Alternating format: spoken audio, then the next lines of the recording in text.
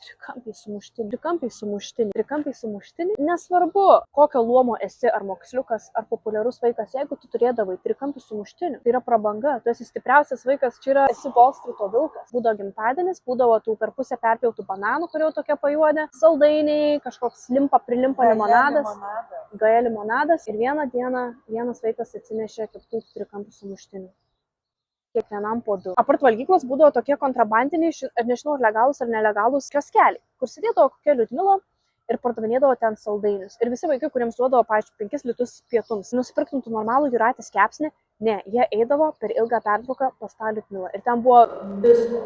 Guminių kirminų, gyvačių, zozolėtų saldainių, bibi buvo žemiausio lygio. Čipsų, kažkokius spragės kukurūzų, buvo tas toks kukurūzinis paplotis, medum apteptas ir saulėgrąžų. Pas mus uždarė mokykloje, nes vienas vaikas išleido visus 5 litus, 5 didžiuliams guminiams kirmelėms, visas suvalgė, apsivėmė, net angliukai nepadėjo ir tada tiesiog uždarė. Tiesiog buvo tokie laikai ir aš į nieką kitą jų nekeisčiau. O jums linkiu, šiaip nieko nelinkiu. Gailėkitės, kad